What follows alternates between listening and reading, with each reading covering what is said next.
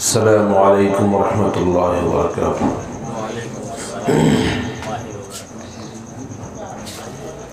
नहमदुका या रब्बल आलमीन वस्सलातु वस्सलामु अला नबिय्यि स्सादिक़िल अमीन व अला आलिहि व अस्हाबिहि अत्तय्यिबीन अत्ताहिरीन। अम्मा बाद। क़ाल अल्लाहु तबारक व तआला फ़अऊज़ु बिल्लाहि मिनश शैतानिर रजीम बिस्मिल्लाहिर रहमानिर रहीम। मुहम्मदुर रसूलुल्लाह वल्लज़ीना मअहु अशिद्दाउ अलल कुफ़्फ़ार रुहमाउ बैनहुम तराहुम रुक्कअन सुज्जदा यब्तगून फ़ज़लन मिनल्लाहि व रिज़वाना। वक़ाल नबी सल्लल्लाहु तआला अलैहि वसल्लम इज़ा ज़हरतिल फ़ितन औ सुब्बत अस्हाबी फ़लयुज़हिरिल आलिमु इल्महु वमन कतम फ़अलैहि लअनतुल्लाहि वल मलाइकति वन्नासि अजमईन औ कमा क़ाल अलैहि सलातु वस्सलाम।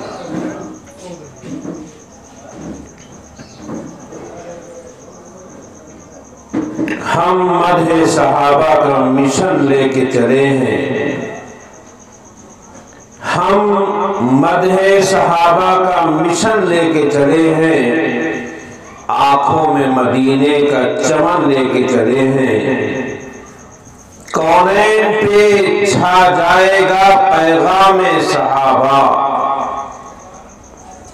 कौनैन पे छा जाएगा पैगामे सहाबा। हम सुबह के सूरज की किरण लेके चले हैं। हज़रात उलमाए किराम, दानिश्वरान कौम मिल्लत, सरज़मीने बनारस के मुअज़्ज़ज़ सामीन, बनारस की सरज़मीन से मेरा बहुत कदीम रिश्ता और ताल्लुक़ है, इसलिए कि ये वो सरज़मीन है जो हमारे शेख मखदूम गिरामी मुर्शिद मिल्लत हज़रत मौलाना मुफ्ती अबुल क़ासिम साहब नोमानी ज़ीद मजदहुम की सरज़मीन है। बहरहाल मैंने कुरान पाक की एक आयत करीमा का थोड़ा सा टुकड़ा और हुजूर नबी करीम सल्लल्लाहु अलैहि वसल्लम का एक इरशाद नकल किया है। दुआ फरमाएं कि अल्लाह ताला मुझे इन्हीं की ज़ेल में मुख्तसर को ज़रूरी बातें अर्ज़ करने की तौफीक अता फरमाए और इंशाअल्लाह अज़ीज़ आप हज़रात इत्मीनान से तशरीफ रखेंगे। मैं तारीख बदलने से पहले जुदा हो जाऊंगा।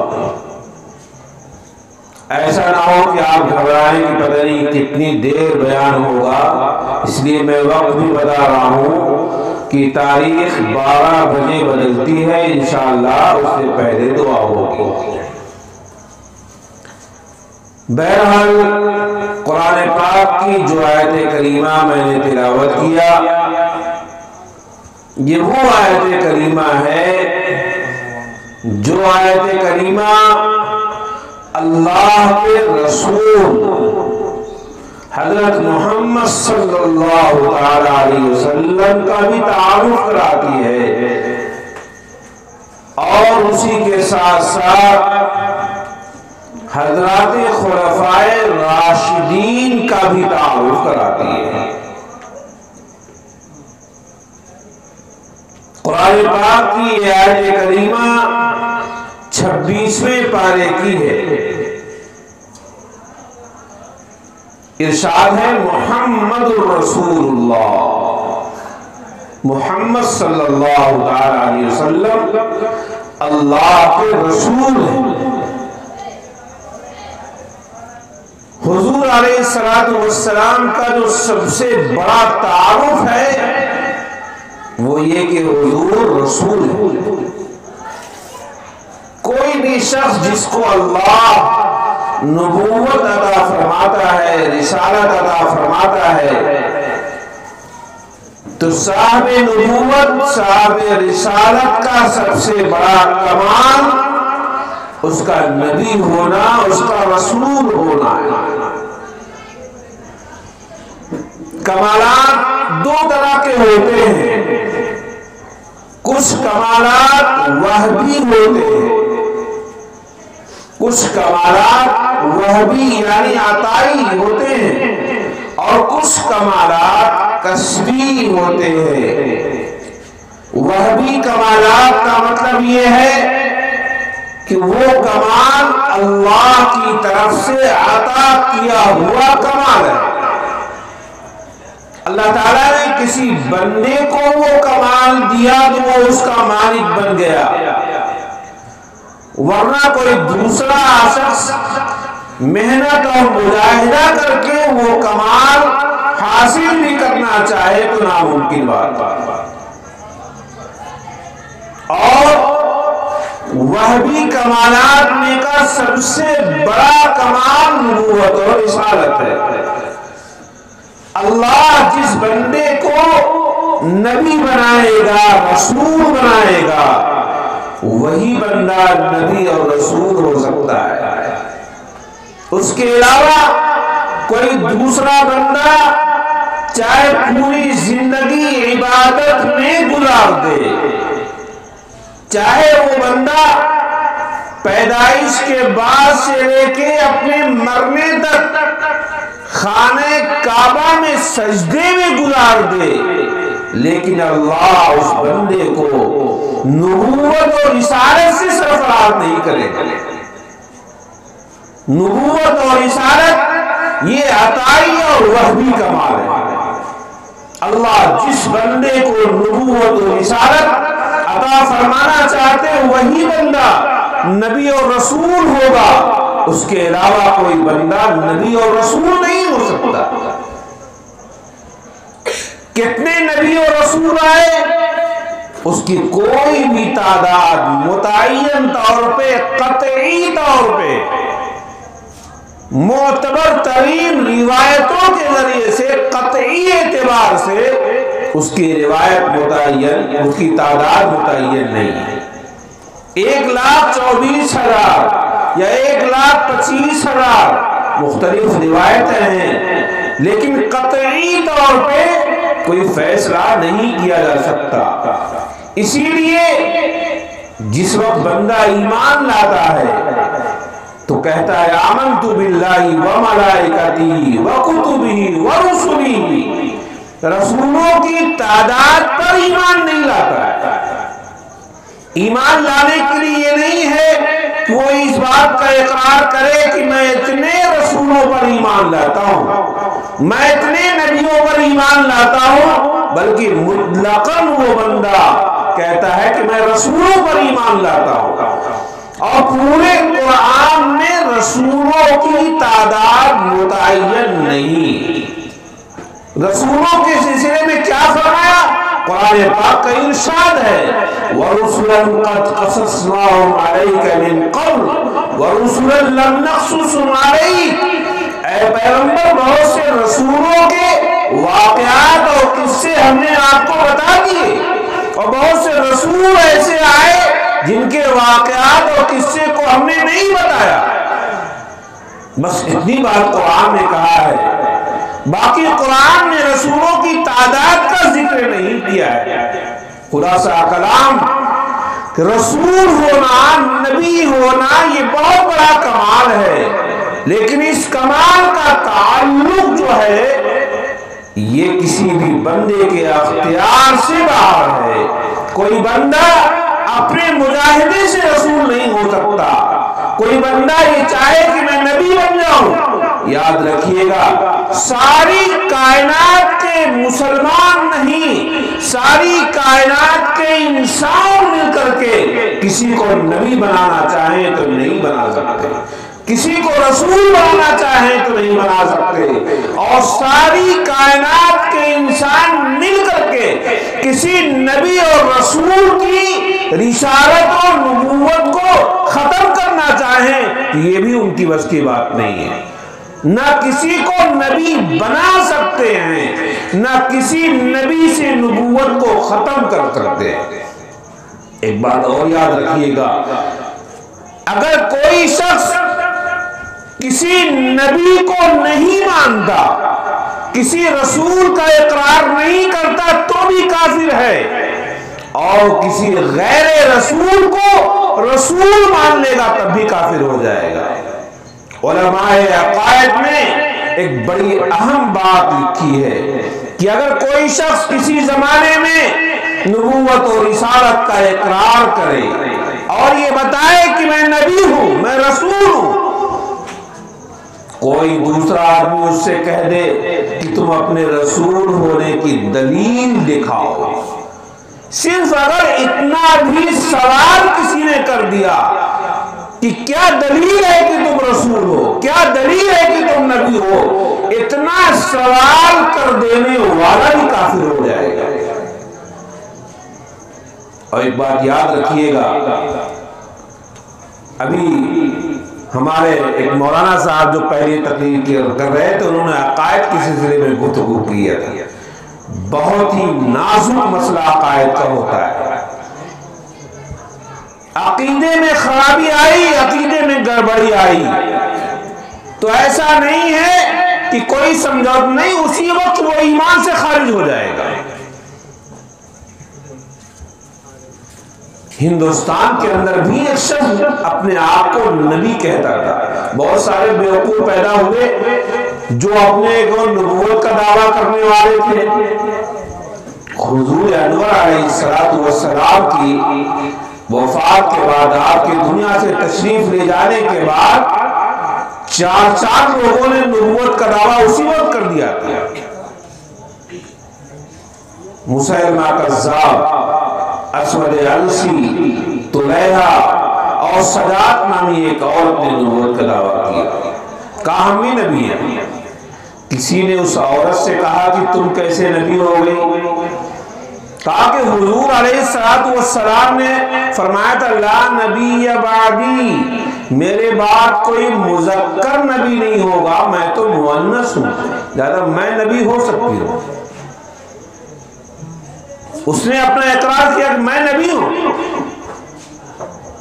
बहरहाल कुर्बान जाइए सिद्दीक अकबर रज़ियल्लाहु ताला अन्हु पर, उन्होंने सिर्फ 6 महीने के अंदर तमाम बातिल का खात्मा कर दिया। उस जमाने के सिलसिले में मुअर्रिखीन ने नक्शा खींचा है कि हजरत हुजूर के दुनिया से तशरीफ ले जाने के बाद इस्लाम की सूरत हाल क्या हो गई थी। 4 लोगों ने नबूवत का दावा कर दिया और एक जमात खड़ी हो गई होगी, कहा कि हम ज़कात नहीं देंगे, हम ज़कात नहीं देंगे। कहा क्यों? कहा इसलिए कि कुरान पाक के अंदर इरशाद है खुज़ मिन अम्वालिहिम सदक़तन तुतहिरुहुम व तुज़क्कीहिम। तो लफ्ज़े खुज़ का सेगा अम्र का आया है। ये पैगंबर अलैहिस्सलातु वस्सलाम को तो हुक्म था, ऐ पैगंबर आप लीजिए उनके मालों को, और उसके अलावा किसी दूसरे को यह हुक्म नहीं है। हजरत सिद्दीक अकबर ने जब सुना, सिद्दीक अकबर ने साफ ऐलान किया वल्लाहि लौ मनऊनी क़ालन लौ क़ातिलन्नहुम जमीअन, खुदा की कसम जो लोग ज़कात देते थे और ज़कात में ऊँट देते थे, ऊँट के साथ रस्सी देते थे, अगर आज वो ऊँट देंगे और सिर्फ रस्सी रोकेंगे, हम उनसे जिहाद करेंगे, क़िताल करेंगे। कुछ लोग उनको समझाने के लिए चले गए कि आप कैसे जिहाद करेंगे। वो कलमा पढ़ते हैं, वो ला इलाहा इल्लल्लाह पढ़ते हैं, मोहम्मद रसूलुल्लाह का इकरार करते हैं, कैसे जिहाद करेंगे, कैसे किताल करेंगे।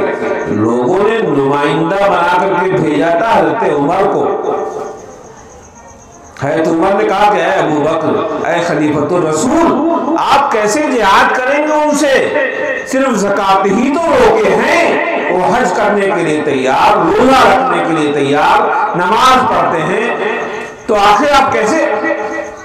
सिद्दीक़ अकबर ने हजरत फारूक आज़म को जो डांटा है, बड़ा ही सख्त जुमला इस्तेमाल किया। फरमाया अजब्बारुन फिल जाहिलिय्यति व खव्वारुन फिल इस्लाम। ऐ उमर, ज़माने जाहिलियत में बहुत बड़े बहादुर बनते थे, मोहम्मद रसूलुल्लाह का सर कलम करने के लिए आए थे, और आज भीगी बिल्ली बन गए। उसके बाद फरमाया कि मैं तन्हा रहूंगा जब तक मेरे बदन में कतरे खून रहेगा, कोई भी शख्स इस्लाम को नहीं मिटा सकता है। मेरे भाई और बुजुर्गों, मैं आपको ये बता रहा हूं कि नबूवत और रिसालत बहुत नाजुक मसला है। सिद्दीक़ अकबर ने कत्ल किया, और आज के दौर में भी कुछ ऐसे सड़े मुंह वाले भी अपने आप को नबूवत के दावे का ऐलान कर रहे हैं। एक शख्स है, इसका नाम शकील है, बिहार का रहने वाला। वो कह रहा है कि मैं ईसा अलैहिस्सलाम हूं, और कमाल तो ये कि उससे बड़े भी बेवकूफ कुछ हैं जो उसकी बात मान लेते हैं।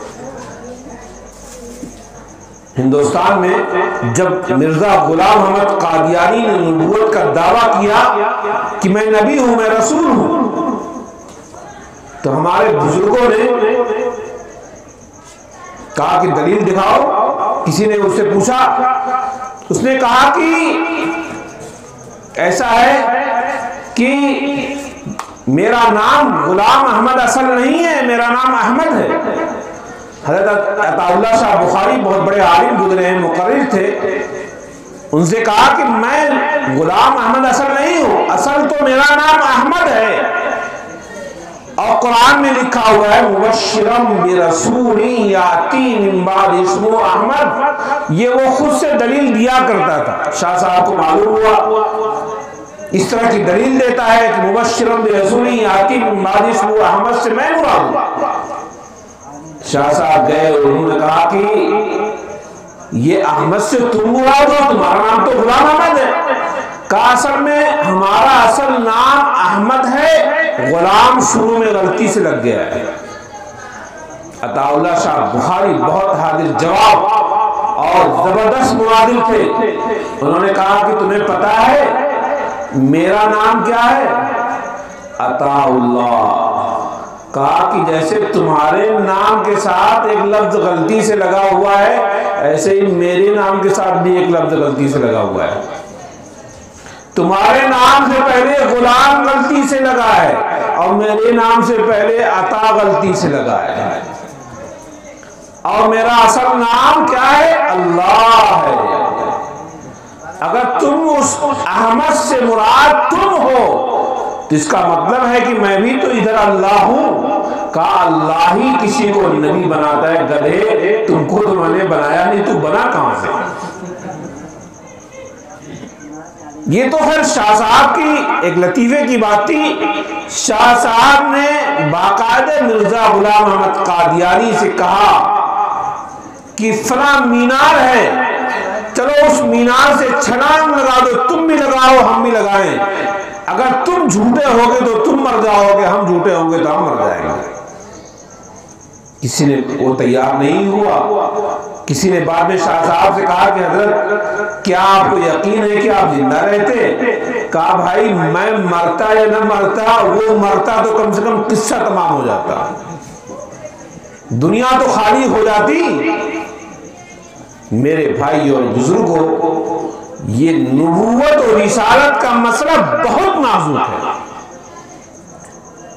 आज के दौर में जो फितना चल रहा है, मैं आपको बता दूं कि बनारस की सरजमीन को उस फितने ने पूरे पूर्वांचल का मरकज बनाया है। आपका ये बनारस फितनों के फितना गर लोग जो हैं उनकी निगाह में बहुत मुकद्दस, और इसको पूरे पूर्वांचल का मरकज बना करके यहां वो काम कर रहे हैं।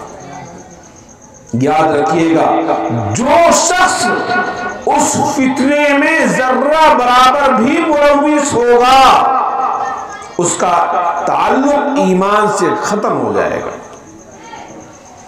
मऊ के कुछ बच्चे जो बाकायदे तबलीगी जमात में लगे हुए थे, वो बच्चे मुलव्विस हो गए।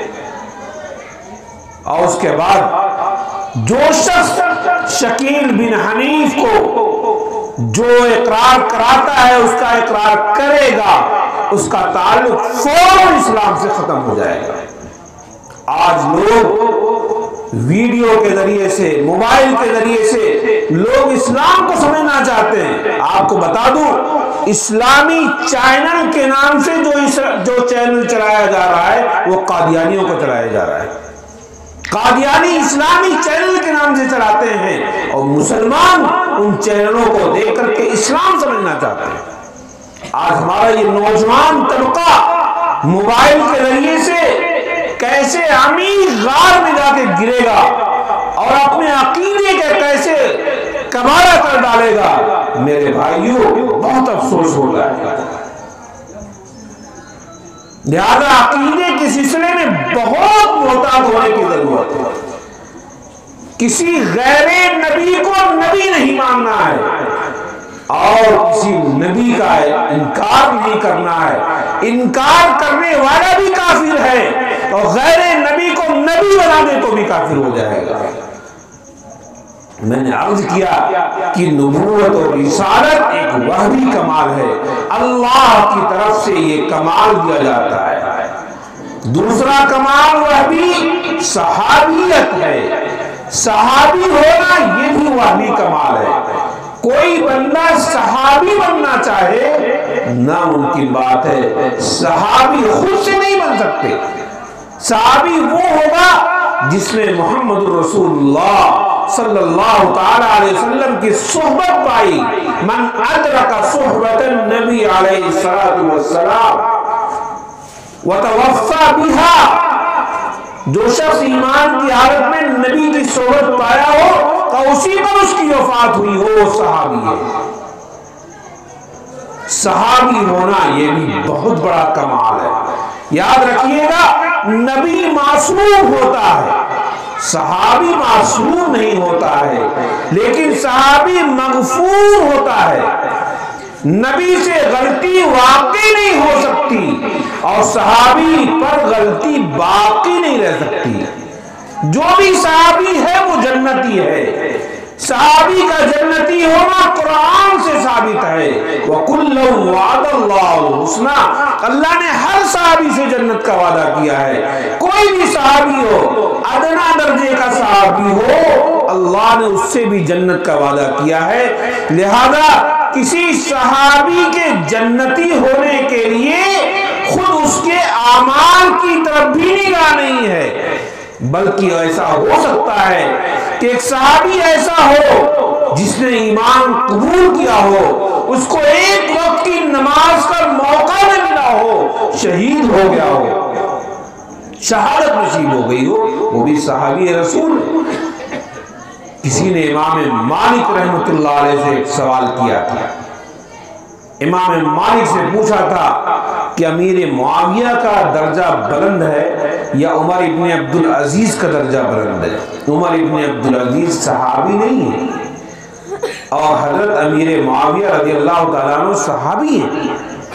इमाम मालिक लेटे हुए थे, उठ के बैठ गए और फरमाने लगे कि तुमने कैसे मुकाबिला कर दिया, दोनों के अंदर जो क्या है।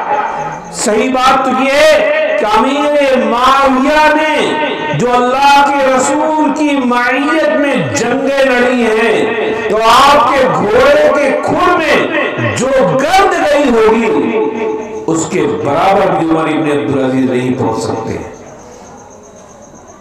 सहाबी और नबी के दरमियान फर्क को आप आसानी से समझ सकते हैं। मैंने कहा और ये अकीदा है कि सहाबी मासूम नहीं होगा, नबी मासूम हुआ करता है। नबी के ऊपर गलती को तस्लीम करना कि नबी से गलती वाक़ई हुई है, ये अकीदे की खराबी की बात है। सहाबी से गलती वाक़ई होगी, लेकिन अल्लाह इसी दुनिया में उनको माफ करके अल्लाह तबारक व तआला उनको जन्नत में दाखिल फरमाएगा। इसी दुनिया में उनको जन्नत का परवाना मिल जाएगा। ये सहाबी की खुसूसियत है। तो गोया कि नबी की मिसाल नए कपड़े की, थान से आप कपड़ा लेते हैं, एक नया कपड़ा होता है, नए कपड़े की मिसाल, उसमें कोई गंदगी नहीं लगी हुई है। लिहाजा नबी की मिसाल नए कपड़े की है और सहाबी की मिसाल उस कपड़े की है जिसपे गंदगी लगी हो लेकिन उसकी धुलाई और सफाई हो गई हो, उसे सहाबी कहते हैं।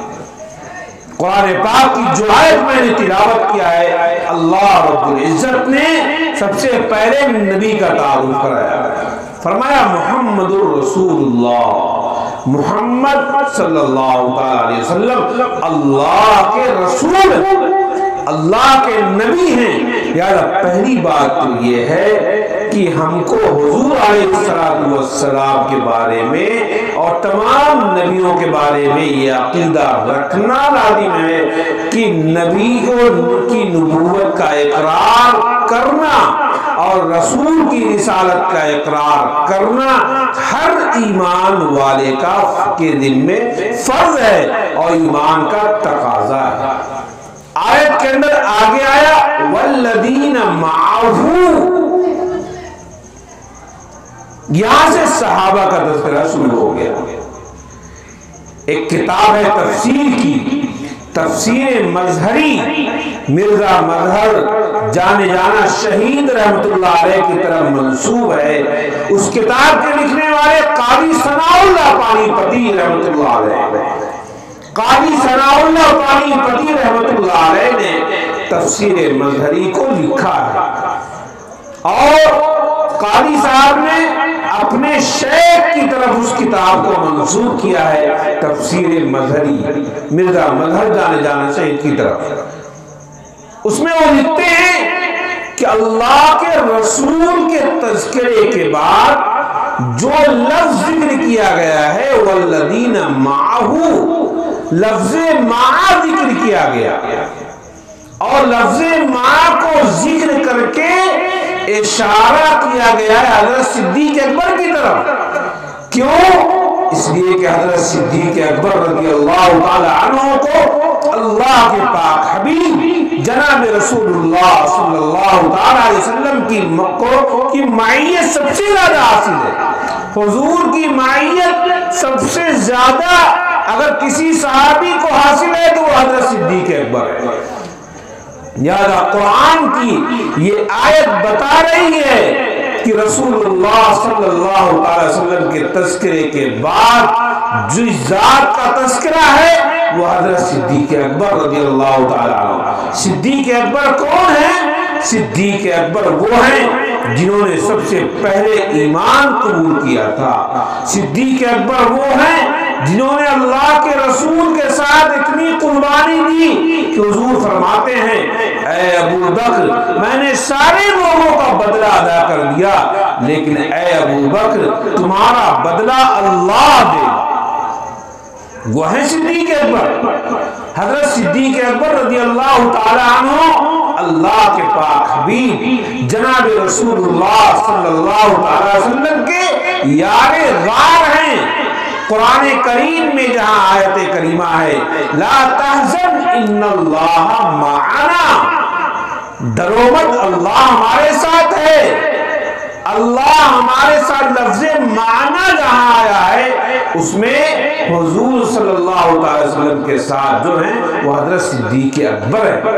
मेरे भाई और बुजुर्गों, मैं आपको ये बताना चाहता हूँ कि सहाबा की पूरी जमात में सिद्दीक अकबर का मकाम सबसे बुलंद है, सबसे आला वर्फा मकाम हजरत सिद्दीक अकबर का है। यहाँ तक कि हजरत फारूक आजम रज़ी अल्लाह ताला अन्हु, जिनके बड़े कमालात हैं, बड़ी खूबियां हैं, एक मौका है हजरत आयशा सिद्दीक़ा रज़ी अल्लाह ताला अन्हा अल्लाह के पाक हबीब जनाब रसूलुल्लाह सल्लल्लाहु अलैहि वसल्लम के पास बैठी हुई है।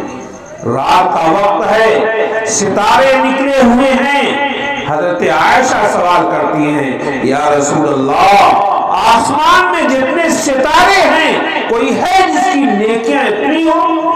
आसमान के सितारों के बराबर कोई है जिसकी नेकियां हो? हुजूर ने फरमाया कि उमर की नेकियां हैं। उमर की नेकियां आसमान के सितारों जितने हैं उससे भी ज्यादा हैं। हजरत आयशा खामोश हो गई। हुजूर ने पूछा कि आयशा क्या बात है?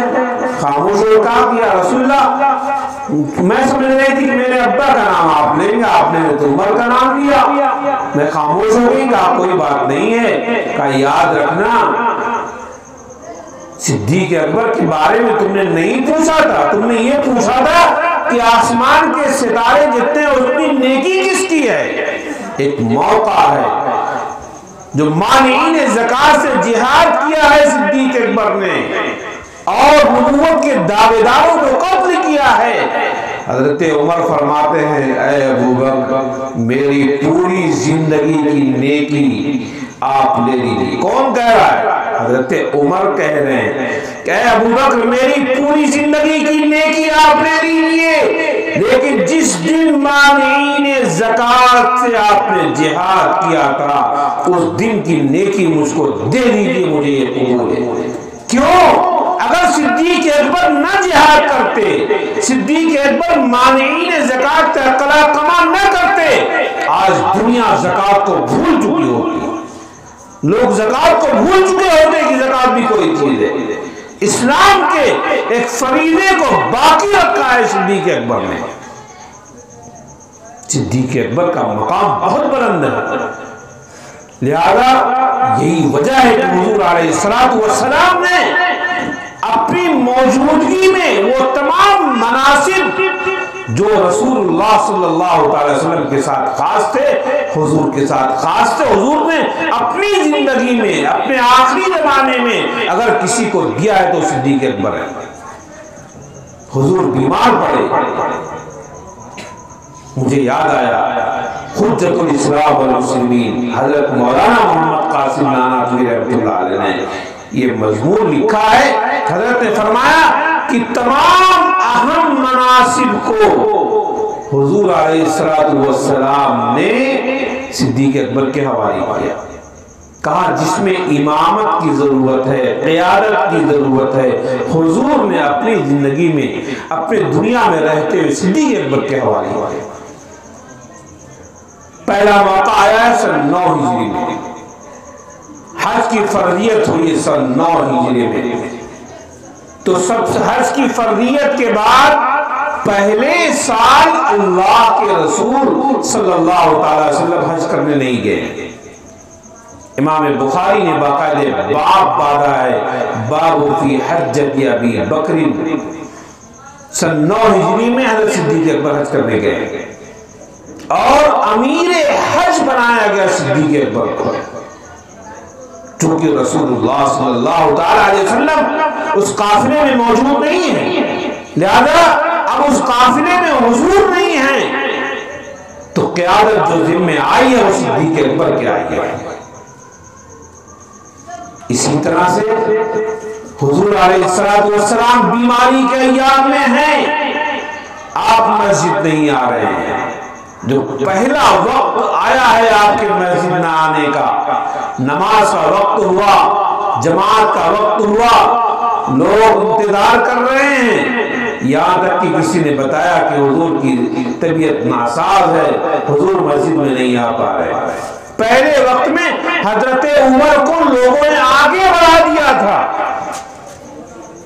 लेकिन हुजूर अलैहिस्सलाम को जब मालूम हुआ है कि अबू बकर के बजाय उमर को लोगों ने मुसल्ले पे आगे बढ़ाया, तो हुजूर अलैहिस्सलाम ने वहां से आवाज लगाकर बाकायदे हज़रत उमर को पीछे करवाया, सिद्दीक़ अकबर को आगे कराया और 17 वक्तों की इमामत सिद्दीक़ अकबर रज़ियल्लाहु ताला अन्हु ने किया है। अल्लाह के रसूल अभी हयात दुनिया में मौजूद थे। हुजूर की हयात तो आज भी है, लेकिन दुनियावी हयात जो होती है उसके एतबार से हुजूर तशरीफ फरमा है। सिद्दीक़ अकबर ने नमाज पढ़ाया। एक शख्स था, उसके सामने जब जिक्र आया कि सिद्दीक़ अकबर का ये मकाम है और ये मर्तबा है, तो उसने कहा क्या बात है, कोई खास बात तो है नहीं अबू बकर सिद्दीक़ के अंदर। मेरे भाई और बुजुर्गों, जब हिजरत का मौका आया है, हुजूर अलैहिस्सलाम को सिद्दीक़ अकबर ने अपने कांधों में बैठा के आगे सफर किया है। एक कहने वाले शख्स ने, जो दुश्मन रसूल और दुश्मन सहाबी था, उसने कहा कोई खास मकाम तो है नहीं भाई, घोड़े पर भी तो हुजूर बैठते हैं, तो इसकी वजह से अगर हुजूर ने अबू बकर सिद्दीक़ के कांधे पर सवारी ही कर ली तो कौन सा कमाल हो गया। तो उसका जवाब हमने दिया कि हाँ, ये तो इश्क और मोहब्बत की बात है, जिसको इश्क होगा उसी को समझ में आएगा। अरे अल्लाह के बंदे, अल्लाह के रसूल जिस चीज को इस्तेमाल कर ले वो सारी चीजों में मुमताज हो जाती है। जैसे मिसाल के तौर पर बहुत सारी जगहों पे हुजूर सल्लल्लाहु अलैहि वसल्लम के जमाने का कोई सामान रखा हुआ है। हमारे दारुल देवबंद के अंदर हुजूर अलैहिस्सलाम का एक जुब्बे मुबारक जिसमें रखा जाता था, वो रुमाल रखा हुआ है जिसमें हुजूर का कपड़ा लपेट के रखा जाता था, वो कपड़ा मौजूद है। उसकी ज़ियारत करने के लिए लोग जाते हैं, जाके देखते हैं। क्यों? उस वो कपड़ा ऐसा नहीं कि सोने और चांदी के उसके तार हैं, नहीं, बज़ाहिर तो वो एक आम कपड़ा है, लेकिन उसको निस्बत हासिल हो गई जनाब रसूलुल्लाह सल्लल्लाहु ताला अलैहि वसल्लम से, लिहाजा वो तमाम कपड़ों में मुमताज हो गया। तो जिस शख्स ने इनकार किया था, मैंने कहा कि अगर हुजूर किसी गधे की सवारी कर ले तो उस गधे की हैसियत तमाम गधों में सबसे मुमताज हो जाए।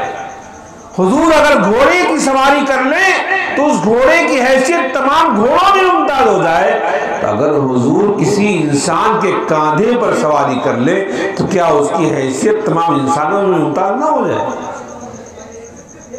असल तो बात यह है कि जब इश्क रसूल और इश्क नबी नहीं होता है तो इतराज़ात होते हैं।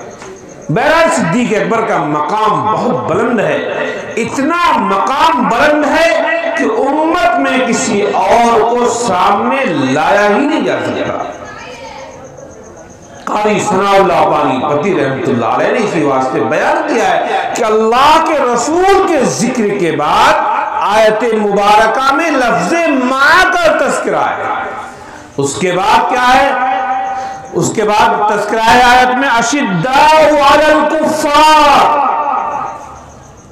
अशिद्दा का लफ्ज़ आया है। क़ाज़ी सनाउल्लाह पानीपती रहमतुल्लाह अलैह फरमाते हैं कि लफ्ज़ अशिद्दा से हज़रत उमर की तरफ तज़किरा है, इशारा है। यानी लफ्ज़ मा से जैसे सिद्दीक़ अकबर की तरफ इशारा था, वैसे ही लफ्ज़ अशिद्दा से हज़रत उमर की तरफ इशारा है कि उम्मत में अबू बकर सिद्दीक़ के बाद अगर किसी का मकाम हो सकता है तो हज़रत उमर का मकाम है। उसके बाद आयत में तीसरा लफ्ज़ आता है, उसके बाद रुहमा बैनहुम, सहाबा की जमात में हजरत उस्मान की हैसियत बहुत ज्यादा नर्म मिजाज रहमदिल। लिहाजा आयत में तीसरे नंबर पे लफ्ज़ रुहमा का तज़किरा है, उससे हजरत उस्मान की तरफ इशारा है। मेरे भाइयों, हजरत उमर की हैसियत वो है कि अल्लाह तबारक व तआला ने कुरान में कई मकामात पर हजरत उमर की राय के मुताबिक अल्लाह ने कुरान की आयत नाज़िल फरमाई। एक मौका है, एक मुनाफिक मरा है, अब्दुल्लाह इब्न उबई इब्न सलूल, मरने से पहले उसने वसीयत कर दिया था कि मुझे मोहम्मद रसूलुल्लाह सल्लल्लाहु अलैहि वसल्लम के कपड़े में दफन किया जाए और मेरी नमाज जनाजा मोहम्मद रसूलुल्लाह से पढ़ाई जाए। लेकिन वो मुनाफिक है। बहरहाल उसके साहबजादे अल्लाह के रसूल के पास हाजिर हो गया, रसूलुल्लाह मेरा बाप यकीनन तो मुनाफिक है, लेकिन उसने ये ख्वाहिश जाहिर की। हुजूर ने कहा मैं चलूंगा, नमाज पढ़ाऊंगा।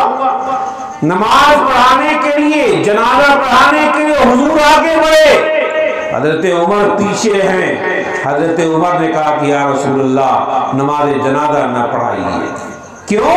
ये मुनाफिक है, आप इसकी नमाज जनाजा न पढ़ाइए अल्लाह के रसूल। हुजूर ने कहा कि उमर अल्लाह की तरफ से मुमानियत तो नहीं आई है, अभी अल्लाह की तरफ से मुमानियत नहीं, मैं पढ़ाऊंगा। हुजूर ने नमाज जनाजा पढ़ाया और पढ़ा करके अभी आप अपनी जगह से नहीं हटे हैं। कुरान की आयत नाजिल हो रही है, वला तुसल्ली अला अहदिन मिनहुम मात अबदू वला तकुम अला कब्री।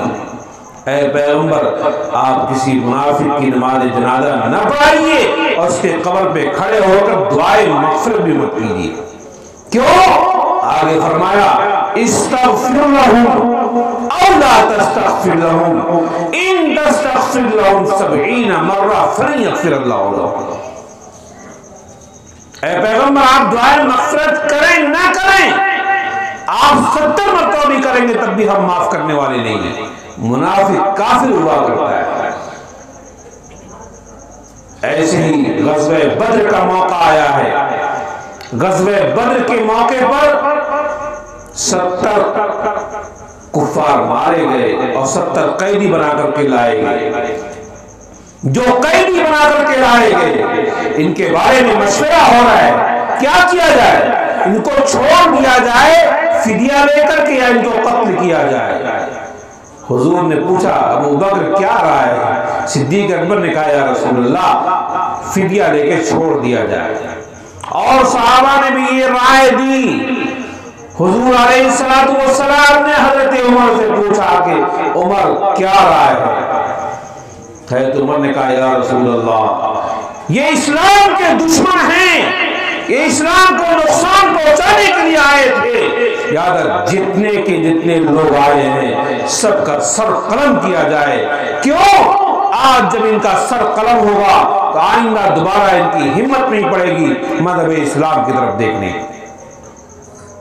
लेकिन हुजूर ने अक्सर लोगों के राय के मुताबिक फैसला कर दिया। नबी, जब तक नबी को कोई वही नहीं आ जाती, नबी को अख्तियार हुआ करता है। नबी ने फैसला कर दिया कि फिदिया लेके छोड़ दिया जाए। अब वो फैसला बदला नहीं जाएगा, लेकिन अल्लाह तबारक व तआला ने जाहिर किया कि जो राय उमर की थी वो राय ज्यादा बेहतर थी। मा काना लिनबीन अन यकून लहु असरा हत्ता युस्खिना फिल अर्दि अतुरीदून अर्ज़द दुनिया वल्लाहु युरीदुल आखिरह। क्या बात? हजरत उमर की राय है, अल्लाह कुरान की आयत नाज़िल कर दे रहा है।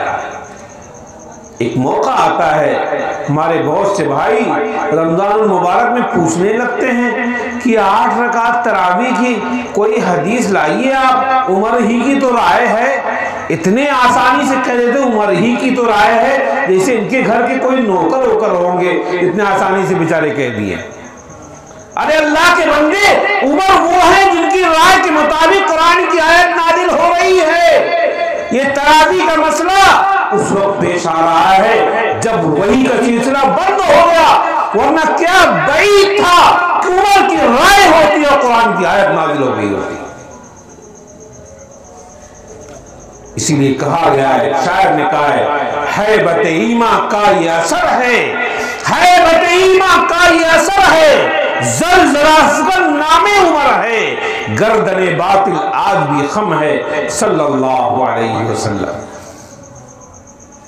सैयदना इमाम आजम अबू हनीफा रहमतुल्लाह अलैह के दौर में एक वाक़या पेश आया।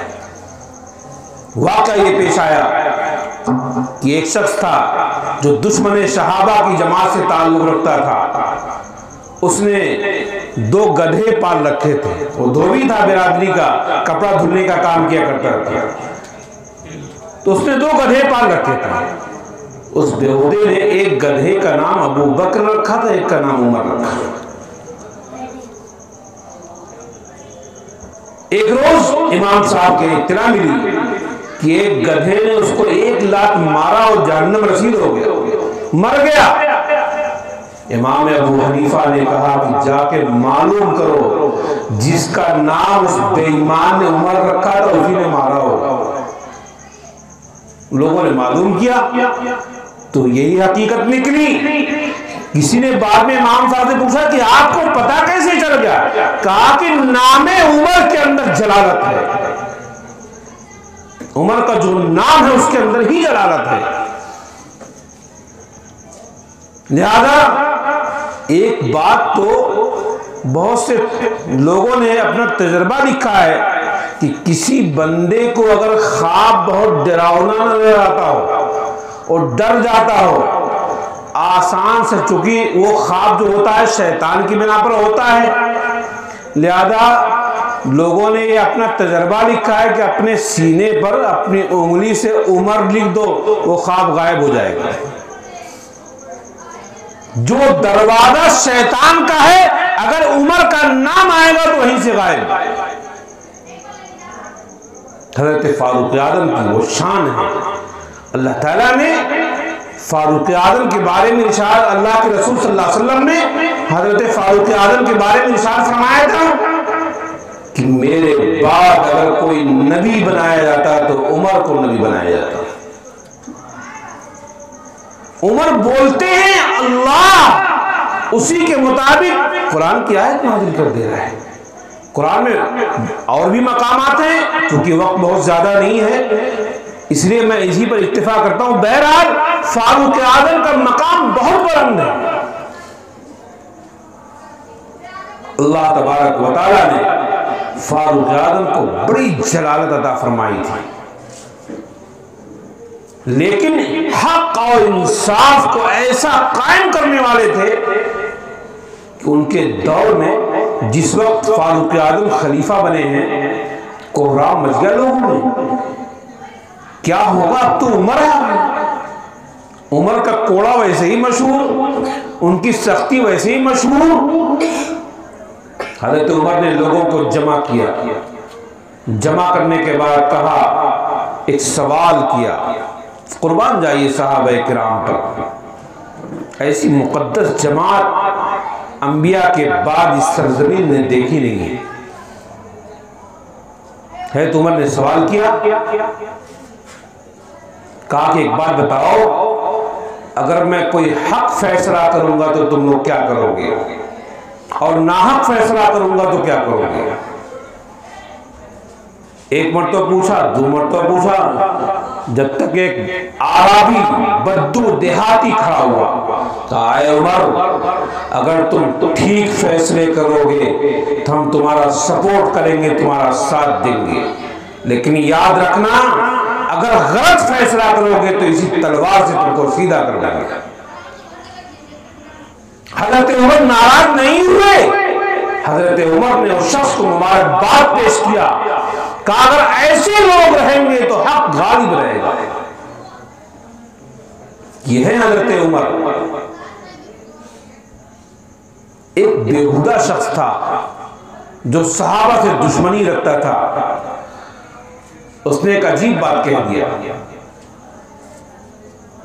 बहुत से लोग हजरत हुसैन से मोहब्बत का नाम लेकर के सारे सहाबा को मलियामेट कर देते हैं। तो वो शख्स बयान कर रहा था, उसने कहा कि हजरत हुसैन के पड़ोस में अगर 10 किलोमीटर करीब में भी उनके कब्र के कोई दफन कर दिया जाएगा तो उसकी मग़फ़िरत हो जाती है। हजरत हुसैन के पड़ोस में 10 किलोमीटर के आसपास भी किसी को दफन किया गया तो उसकी मगफिरत। मैंने कहा बहुत अच्छी बात है, तुम 10 किलोमीटर कहते हो, हम तुमसे ज्यादा मोहब्बत करते हैं, हम तो 20 किलोमीटर मान लेते हैं, कोई दिक्कत की बात नहीं। लेकिन एक बात बताओ कि हजरत हुसैन के अंदर ये कमाल कहां से आया? हजरत हुसैन के अंदर जो कमाल आया है कहां से आया? कहा भाई मोहम्मद रसूलुल्लाह के लगते जिगर हैं, उनके नवासे हैं, ये पूछने की बात है। मैंने कहा अल्लाह के बंदे, तो मोहम्मद रसूलुल्लाह के अंदर तो कमाल हुसैन से तो ज्यादा ही होगा। कहां जरूर ज्यादा होगा। मैंने कहा तुमने तो कहा कि हुसैन के बगल में 10 किलोमीटर के आसपास जो होगा उसकी मगफिरत हो जाएगी, लेकिन बेईमानों तुम्हारा अकीदा यह भी है कि मोहम्मद रसूलुल्लाह के साथ अबू बकर और उमर जो सोए हुए हैं इनकी मगफिरत नहीं हुई।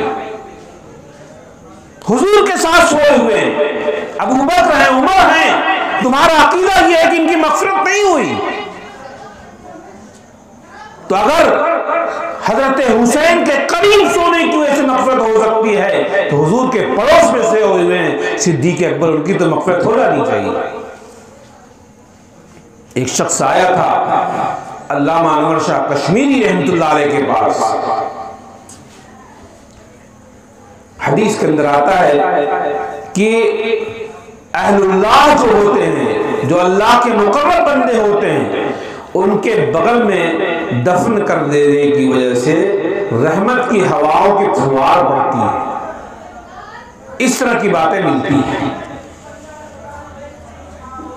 तो शख्स नहीं मानता था इस कहा साहब किसी के बगल में होने से क्या होता है, हर शख्स को अपने आमाज की जरा सदा देने।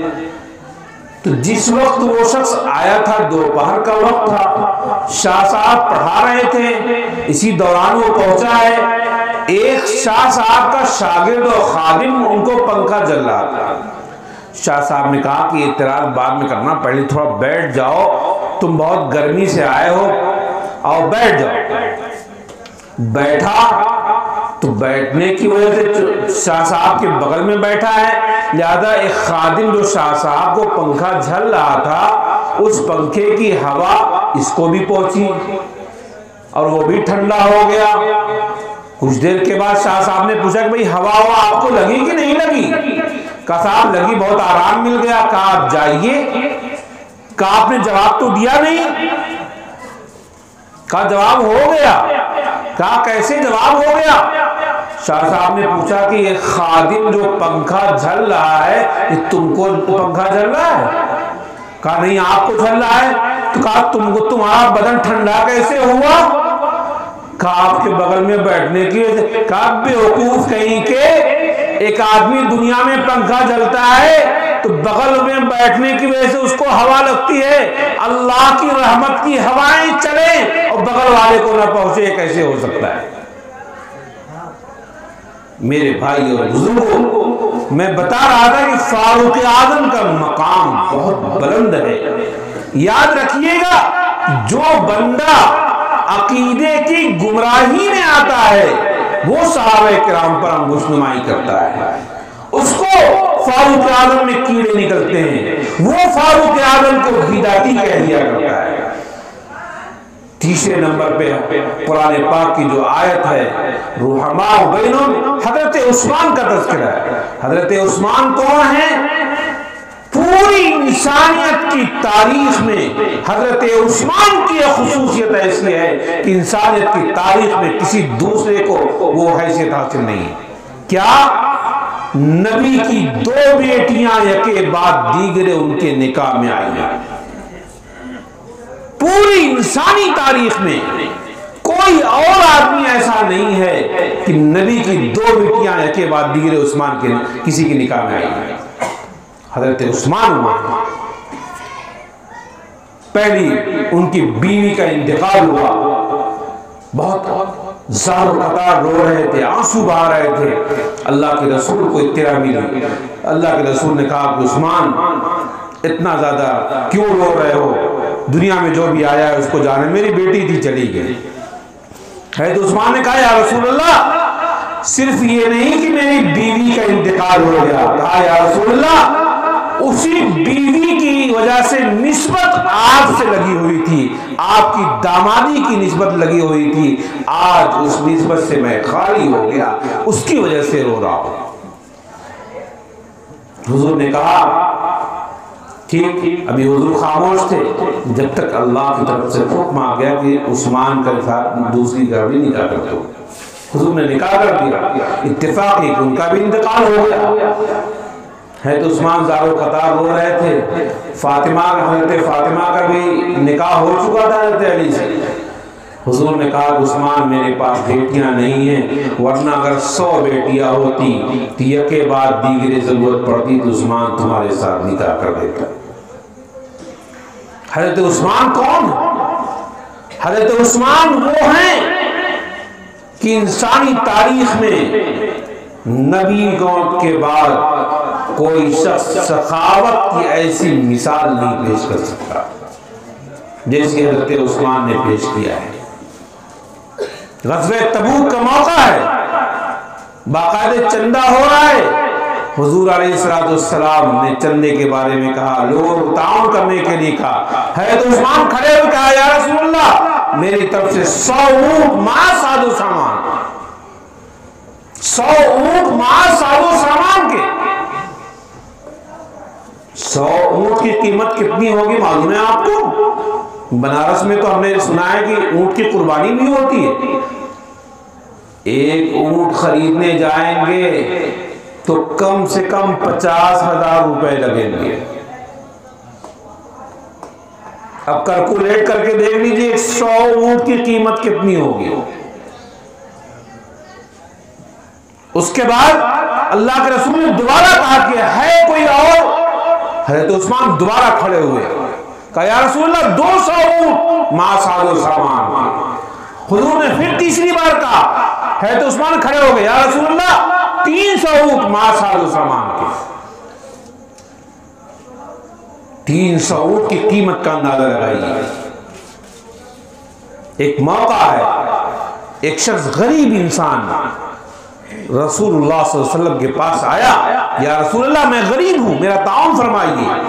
हुजूर ने कहा भाई मेरे पास भी कुछ नहीं है, कई रोज से फाका चल रहा है, जाओ उस्मान के पास चले जाओ, मेरा नाम बता देना उस्मान से।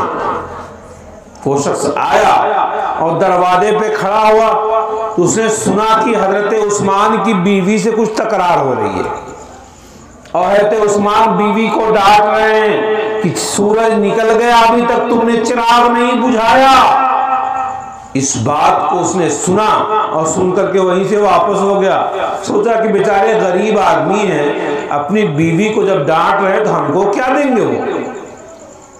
हुजूर के पास गए, हुजूर ने पूछा क्या बात, उस्मान के पास गए थे?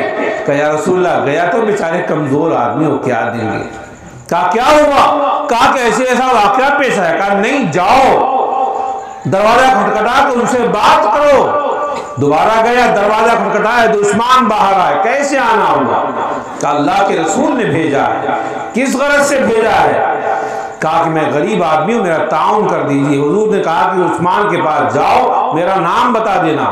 हज़रत उस्मान ने पूछा तुम्हारे जिम्मे कितने लोगों का खर्चा है? तो लगा हंसने वो। क्यों? उसके दिमाग में तो वही बैठा हुआ है कि गरीब आदमी है उस्मान। याद है? कहा भाई साहब जो कुछ देना हो दीजिए, हम चलते हैं, इतनी बड़ी बड़ी बातें क्यों कर रहे हैं? कहा भाई बताओ तो सही। बताया कि 20 आदमी का खर्चा मेरे जिम्मे है। कहा अच्छा। अपने नौकर को, खादिम को बुलाया, कहा 20 ऊंट निकालो और सारे ऊंट को सामानों से लाद दो। किसी पर घी रखा गया, किसी पर चना रखा गया, किसी पर जौ रखा गया, सारे ऊंट लद गए। उसके बाद है तो उस्मान ने कहा कि ये ऊंट भी तुम्हारे हैं, सामान भी तुम्हारे हैं। समझा आपने? एक मांगने वाले फकीर को हजरत उस्मान ने, आज के दौर को समझिए तो खाली 10 लाख के ऊंट दिए। आज तो होता है कोई गरीब आदमी बेचारा आ गया तो दरवाजा ही बंद कर लेंगे। अगर कोई साड़ी खरीदने वाला आया है तो इस्तकबाल होगा, चाय पेश की जाएगी। लेकिन देखा कि हाथ में कशकोल लिए हुए है, कहा चले जाइए, सुबह से अभी यही दरवाजा मिला था आपको, यही चले आए।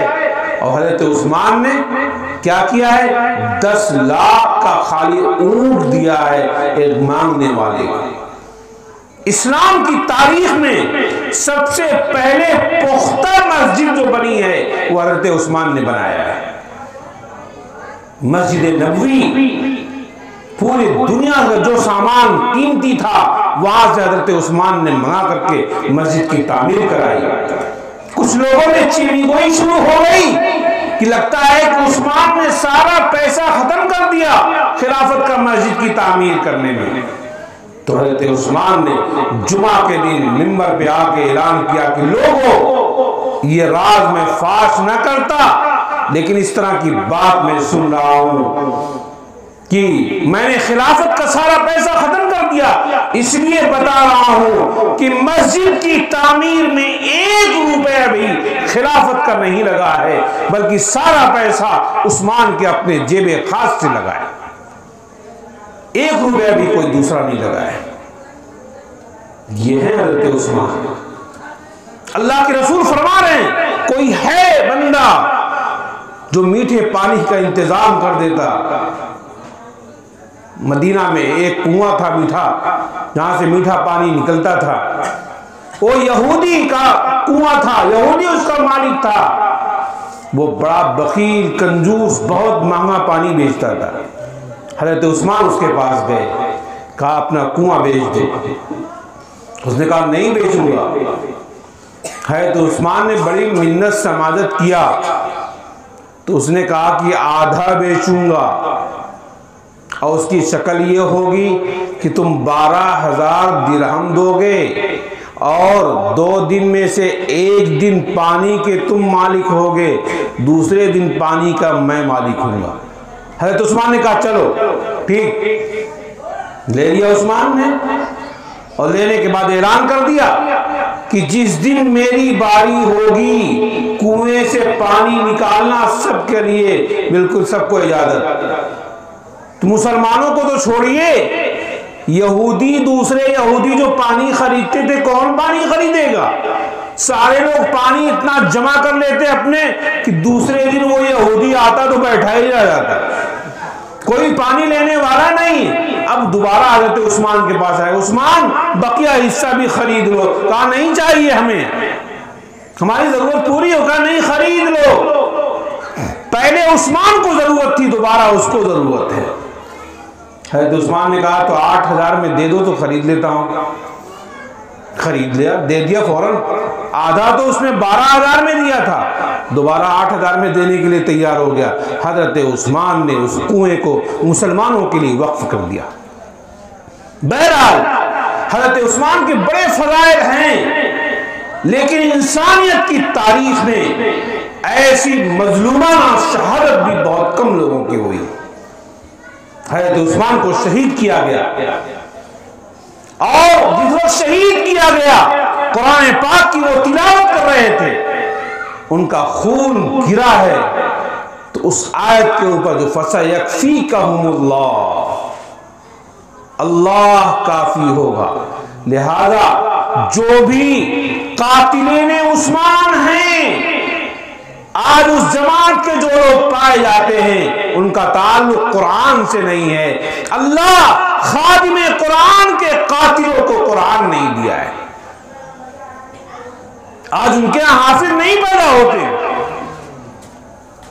ऐसी मजलूमाना शहादत कि हजरत उस्मान के जनाजे को, मिट्टी को दफन करने के लिए नहीं इजाजत मिल रही थी कि दफन होने नहीं दिया जाएगा उस्मान को।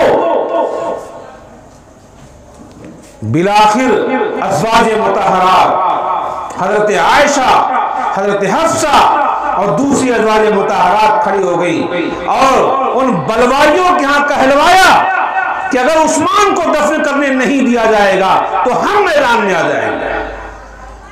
जब ये आवाज सुना सबों ने और देखा कि मामला बहुत खराब हो जाएगा, तो तो इजाजत दिया कि ठीक है, चंद लोग जाएं, उस्मान को दफन कर दें। जनाजा जा रहा है हजरत उस्मान का, बलवाइयों ने जनाजे के ऊपर पत्थर की बारिश की है, पत्थर बरसा रहे हैं। इंसानी तारीख में किसी दुश्मन के जनाजे पर भी कोई पत्थर नहीं बरसाता है। हजरत उस्मान का जनाजा जा रहा है, पत्थर की बारिश हो रही है। एक शायर ने उसका बहुत अच्छा नक्शा खींचा है। जनाजा जा रहा था, इधर पत्थर की बारिश हो रही है, लोगों ने दूसरे गली से ले जाना चाहा, दूसरे गली से ले जा रहे, वहां पत्थर की बारिश हो रही। तीसरे गली को अख्तियार किया कि वहां पत्थर की बारिश हो रही। शायर कहता है कि असल में हजरत उस्मान चूंकि बहुत ही बाहया थे, वो आम गलियों में भी नहीं घूमते थे, लिहाजा कहा गया आशिक का जनाजा है जरा धूम से निकले, आशिक का जनाजा है जरा धूम से निकले, महबूब की गलियों में जरा घूम के निकले। रसूलुल्लाह सल्लल्लाहु अलैहि वसल्लम के आशिक का जनाजा जा रहा है, लिहाजा इस वास्ते अल्लाह की तरफ से शक्ल गोया की बन गई। कुरान पाक की मैं आयत का किस सिलसिले में गुफ्तगू कर रहा हूं। तीसरा लफ्ज था रुहमा बैनहुम, चौथा लफ्ज है यब्तगून फज़लन मिनल्लाहि व रिज़वाना। असलन तो कुरान की आयत मुतलकन सहाबा की तारीफ बयान कर रही है, लेकिन एक एक लफ्ज जो जिक्र किया गया वो खिलाफत के मकाम और मर्तबे को बयान कर दिया है। क़ादी सनाउल्लाह साहब फरमाते हैं इब्तिगाए फज़ल से मुराद इल्म है, और सहाबा की जमात में हजरत अली का इल्मी मकाम बहुत बुलंद है, लिहाजा यब्तगून फज़लन मिनल्लाह से मुराद हजरत अली की तरफ इशारा है। गोया कि खिलाफत में चौथे नंबर पर हजरत अली है। क़ादी सनाउल्लाह साहब की वो तफसीर बड़ी ही अहम तफसीर है। क़ादी साहब ने लिखा है कि बाकायदा इसी आयत से साबित होता है, इस आयत में लफ्ज़े माँ से इशारा किया गया सिद्दीक़ अकबर की तरफ, लफ्ज़े अशिद्दा से इशारा किया गया फारूक आज़म की तरफ, लफ्ज़े रुहमा से इशारा किया गया हज़रत उस्मान की तरफ, लफ्ज़े यब्तगूना फज़लन मिनल्लाह से इशारा किया गया हज़रत अली की तरफ। मेरे भाइयों बुजुर्गों, अब मुझे एक बात अर्ज करनी है। ये तो मैं सिर्फ चारों खुलफा के फजाइल नहीं बयान कर रहा हूं, मैं अकीदा बयान कर रहा हूं, मैं अकीदे की बात कर रहा हूं कि बाकायदे तौर पे सारे सहाबा को मगफूर मानना, सारे सहाबा के बारे में ये अकीदा रखना कि सारे सहाबा जन्नती हैं, ये अकीदा रखना भी लाजिम है। इसी तरह से ये अकीदा भी रखना कि सारे सहाबा में खिलाफत की जो तरतीब है वही फजीलत की भी तरतीब है, लिहाजा सारे सहाबा में सिद्दीक़ अकबर खिलाफत में एक नंबर पे है तो फजीलत में भी पहले नंबर पे आते हैं, फारूक आज़म खिलाफत में दूसरे नंबर पे है तो फजीलत में भी दूसरे नंबर पे आते हैं, हजरत उस्मान खिलाफत में तीसरे नंबर पे हैं तो फजीलत में भी तीसरे नंबर पे आएंगे। उसके बाद हजरत अली का चौथा नंबर है खिलाफत के एतबार से तो फजीलत के एतबार से भी, उसके बाद अशरे मुबशरा की जमात पूरी। मेरे भाई और बुजुर्गों, इस बात को याद रखिएगा कि सहाबे किराम के बारे में अगर अकीदा खराब होगा, अकीदा गलत होगा, तब भी इंसान गुमराही में आएगा, और अंबियाए किराम के बारे में अगर अकीदा बातिल रखेगा तब भी गुमराही में आएगा। अंबिया के बारे में भी अपने अकीदे को साफ रखना ईमान के लिए जरूरी है, और सहाबा के बारे में भी अपने अकीदे को साफ रखना ईमान के लिए जरूरी है। अगर किसी नबी के बारे में कोई अदना गुस्ताखी करेगा वो फौरन काफिर हो जाएगा, किसी सहाबी के बारे में अदना गुस्ताखी करेगा वो फौरन फासिक हो जाएगा। एक बात सोचने की है, बहुत से लोग अपनी जुबान खोलते हैं और सहाबे किराम पे चल जाते हैं। एक साहब ने मुझसे एक मरतबा सवाल किया था, बताइए इब्ने तैमिया के बारे में आपकी क्या राय है?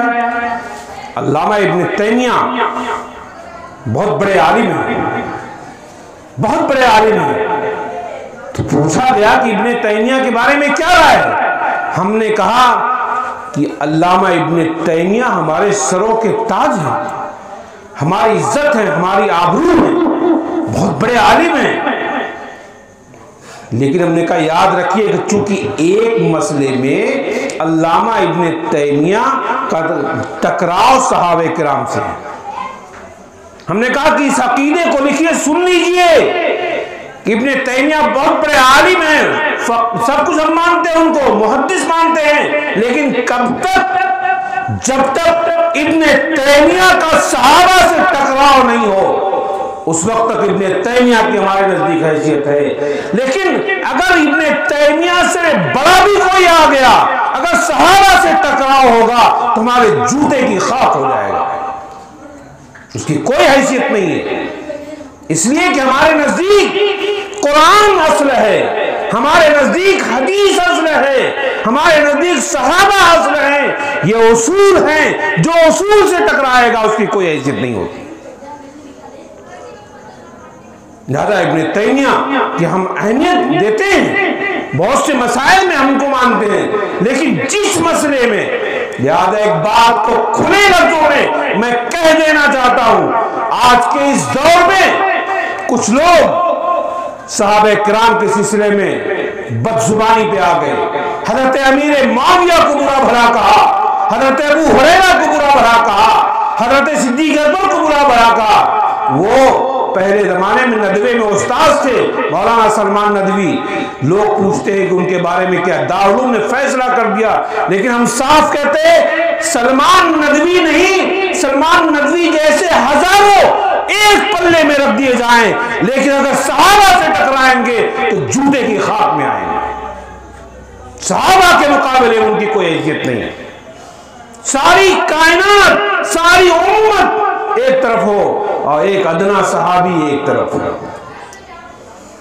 जुनैद बगदादी जैसे लोगों से दुनिया भर जाए, लेकिन जुनैद बगदादी भी किसी अदना सहाबी के दर्जे में नहीं आएंगे। क्यों? सहाबी, एक बात मैं कह रहा हूं, उसको याद रखिए, अपने दिल में लिखिए कि सहाबी का जन्नती होना कुरान से साबित है। सहाबी का जन्नती होना कुरान से साबित है, बाकी किसी बुजुर्ग का जन्नती होना हमारे गुमान से साबित है। हमारा गुमान गलत हो सकता है कि एक शख्स को हम बुजुर्ग मानते हो, लेकिन अल्लाह के उसका मकाम हो ना हो, ऐसा हो सकता है। लेकिन कोई सहाबी है, उस सहाबी का जन्नती होना कुरान की आयत से साबित है। स्टेज पे माशाअल्लाह बहुत से अहले इल्म हैं, और यहाँ बड़े बड़े मदरसे करीब में, मतलुल उलूम, मज़हर उलूम और दूसरे इदारे हैं, उलमा हैं, हदीसें पढ़ाई जाती हैं।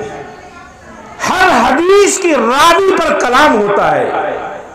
रावी के बारे में, जैसे इस हदीस को नकल करने वाले कौन है, फलां लोगों ने इस हदीस को नकल किया है, फलाने फलां से नकल किया, फलाने फलां से नकल किया, तो सारे रावी पर कलाम होता है कि फलां शख्स जो नकल करने वाला कैसा है, वो सही है या गलत है, वो बुजुर्ग है या बेईमान है, कैसा है। बहरहाल उसके सिलसिले में गुफ्तगू होती है।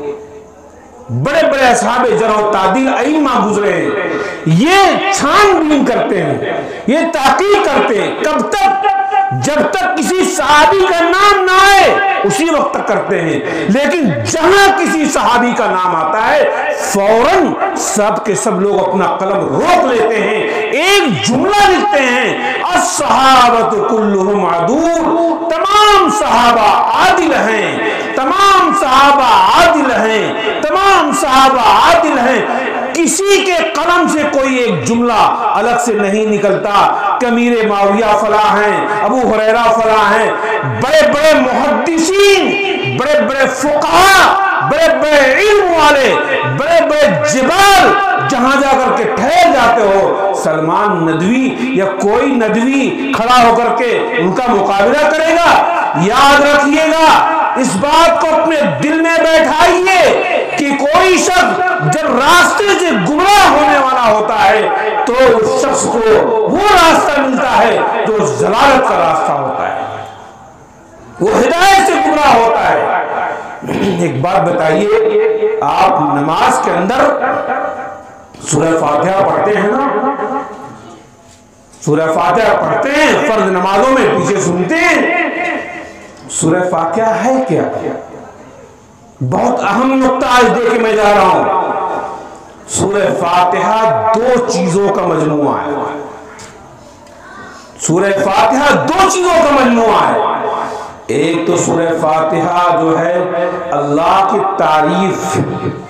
तारीफ करते हैं, तमाम तारीफ अल्लाह के लिए, अल्हम्दुलिल्लाह रब्बिल आलमीन, अर्रहमानिर रहीम जो रहमान रहीम है, मालिकी यौमिद्दीन जो रोज़े जज़ा का मालिक है, इय्याका नअबुदु व इय्याका नस्तईन, अल्लाह हम आप ही की इबादत करते हैं, आप ही की मदद चाहते हैं। यहां तक तो अल्लाह के साथ बंदा तारीफ करता है। उसके बाद बंदा एक दुआ मांगता है। दुआ क्या है? इहदिना सिरातल मुस्तकीम, अल्लाह हमको सीधा रास्ता दिखाइए। क्या दुआ मांगता है? इहदिना सिरातल मुस्तकीम, अल्लाह हमको सीधा रास्ता दिखाइए। अब पूछिए कि अल्लाह सीधा रास्ता कौन है? जो यहां से मुगल सरा जाता है वो सीधा रास्ता है? सीधा रास्ता कौन है? आगे तस्करा है।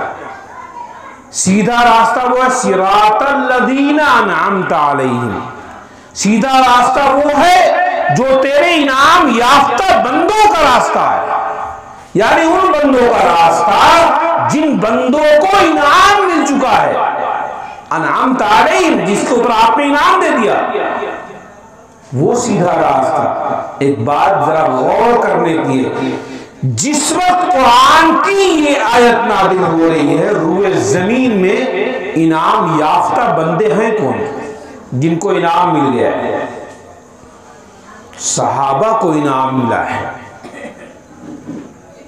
सहाबा को इनाम मिला है। क्यों? इसलिए कि अल्लाह के रसूल सल्लल्लाहु ताला अलैहि वसल्लम के ये चहीते हैं, इनको जन्नती होने का परवाना मिला है। ये इनाम याफ्ता बंदे हैं। आगे क्या है? गैरिल मग़ज़ूब अलैहिम वलद्दालीन, अल्लाह भटके हुए लोगों का, मग़ज़ूब अलैहिम का, जिनके ऊपर आपका गज़ब हुआ है, अल्लाह उनका रास्ता नहीं चाहिए। जो भटके हुए लोग हैं उनका रास्ता भी नहीं चाहिए। मग़ज़ूब अलैहिम से मुराद यहूद है जिन पर अल्लाह का गज़ब हुआ है, और ज़ालिम से मुराद नसारा है। अब दुनिया में इंसान दो तरह के होंगे, कुछ तो यहूद की सिफत पर होंगे, कुछ नसारा की सिफत पर। यहूद की सिफत क्या थी? यहूद अंबिया को कत्ल करते थे, बहुत नबियों को कत्ल किया है, अंबिया को बुरा भला कहते थे, हजरत ईसा अलैहिस्सलाम को बुरा भला कहते थे। ये यहूद का काम है। और नसारा का काम क्या है? नसारा अपने नबी के मकाम को खुदा से मिला देते थे। अब वो जमीन में दो तरह के लोग आज भी हैं। कुछ लोग हैं जो सहाबा को गाली देते हैं, सहाबा को बुरा भला कहते हैं, और कुछ लोग वो हैं जो मोहम्मद रसूलुल्लाह सल्लल्लाहु अलैहि वसल्लम के मकाम को इतना बुलंद करते हैं कि अल्लाह से मिला देते हैं। समझा आपने? लिहाजा जो बंदा दुआ करता है वो गोया कि ये दुआ मांग रहे हैं, अल्लाह हमको सीधा रास्ता दिखाइए। इनाम याफ्ता बंदे, इनाम याफ्ता किसको कहते हैं? जिसको सनद मिल चुकी है, और सनद जो मिली है वो सहाबा को मिली है। उम्मत में अंबिया, एक तो नबियों की जमात है, नबियों की जमात को अलहदा कीजिए। उम्मत में अगर किसी को सनद मिली है वो सिर्फ सहाबा की जमात है। सहाबा की जमात के अलावा किसी को सनद नहीं मिली है। इसलिए मेरे भाई और बुजुर्गों, बहरहाल वक्त कुछ ज़्यादा हो गया। मैंने आपसे कहा था कि तारीख बदलने से पहले बात ख़त्म कर दूंगा। तारीख बदल चुकी है, मैं वादा निभाता हूँ, लेकिन मैंने जो दो बात का अर्ज किया वो ये, अब तक जो खुलासा है वो ये कि हमें और आपको दो चीज़ों पे ख़ास तौर से ध्यान और तवज्जो की ज़रूरत है। अंबिया के बारे में और सहाबा के बारे में अपने अकीदे को बहुत साफ रखना चाहिए, वरना अगर हमारा अकीदा जर्रा बराबर खराबी की तरफ आएगा तो हम हिदायत के रास्ते पे नहीं आ सकते हैं। जलालत ही जलालत है। एक बात सोचने की है कि मदीना की जो सरजमीन है उसका नाम पहले यसरिब रखा गया था। यसरिब कहा जाता था बेआब हो गया, चटियल इलाका जहां बहुत बीमारियां हुआ करती थी, लेकिन रसूलुल्लाह सल्लल्लाहु अलैहि वसल्लम का ताल्लुक जब मदीना से हो गया तो मदीनतुर रसूल हो गया। उस मदीने की हैसियत और खास तौर से जहां रसूलुल्लाह का जिस्म रखा हुआ है, उस मिट्टी की हैसियत तो खाने काबा से बड़ी हुई। तो मिट्टी के अंदर कमाल आ गया हुजूर के इत्तिसाल, हुजूर के मिलने की वजह से। तो अगर मिलने की वजह से मिट्टी में कमाल आ सकता है तो क्या सहाबा रसूलुल्लाह से मिले हैं जिनके अंदर कमाल नहीं होगा? मेरे भाइयों, जो शख्स ये गुफ्तगू करता है वो इल्म से भी अहमक है, जाहिल है और खर दिमाग रखता है, उसके अलावा और कोई बात नहीं कही जा सकती। अल्लाह हम सबको कहने सुनने से ज़्यादा अमल की तौफीक अता फरमाए और इस तरह की गुमराहियों से हम सब की हिफाजत फरमाए। व आखिरु दावाना अल्हम्दुलिल्लाहि रब्बिल आलमीन। दुआ फरमाए। अल्लाहुम्मा सल्लि अला सय्यिदिना मौलाना मुहम्मद व अला आलि सय्यिदिना मौलाना मुहम्मद। रब्बना ज़लमना अनफुसना व इल्लम तग़फिर लना व तरहमना लनकूनन्ना मिनल ख़ासिरीन। रब्बि जअलनी मुक़ीमस्सलाति व मिन ज़ुर्रिय्यती रब्बना व तक़ब्बल दुआ। रब्बना इग़फ़िर ली व लिवालिदैया व लिल मुमिनीना यौम यक़ूमुल हिसाब। ऐ अल्लाह हमारे गुनाहों को माफ़ फरमा, ऐ अल्लाह हमारी ख़ताओं को माफ़ फरमा, ऐ अल्लाह हमारी लग़्ज़िशात को माफ़ फरमा, ऐ अल्लाह सगीरा को भी माफ़ फरमा, कबीरा को भी माफ़ फरमा। ऐ अल्लाह हम तौबा करते हैं, ऐ अल्लाह तुम्हें माफ़ फरमा दे। ऐ रब्बुल आलमीन हम सबको दीन की समझ अता फरमा। ऐ अल्लाह दीनी मदारिस की हिफाजत फरमा, दीनी क़िलों की हिफाजत फरमा। ऐ रब्बुल आलमीन दीनी तहरीकों की हिफाजत फरमा। ऐ रब्बुल आलमीन सारी दुनिया में जहाँ दीन का काम करने वाले लोग काम कर रहे हैं, ऐ अल्लाह सब की नुसरत फरमा, मदद फरमा। ऐ रब्बुल आलमीन इस मुल्क के अंदर अमन व आफियत अता फरमा दे। ऐ रब्बुल आलमीन इस मुल्क के अंदर से बेअमनी को, बदअमनी को ख़त्म फरमा। ऐ अल्लाह तमाम बाशिंदों में मोहब्बत मवद्दत को कायम फरमा दे। ऐ रब्बुल आलमीन हमारी दुआओं को हुजूर अकरम सल्लल्लाहु अलैहि वसल्लम की सदक़े तुफ़ैल में कबूल फरमा। सुब्हान रब्बिका रब्बिल इज़्ज़ति अम्मा यसिफ़ून व सलामुन अलल मुरसलीन वल्हम्दुलिल्लाहि रब्बिल आलमीन।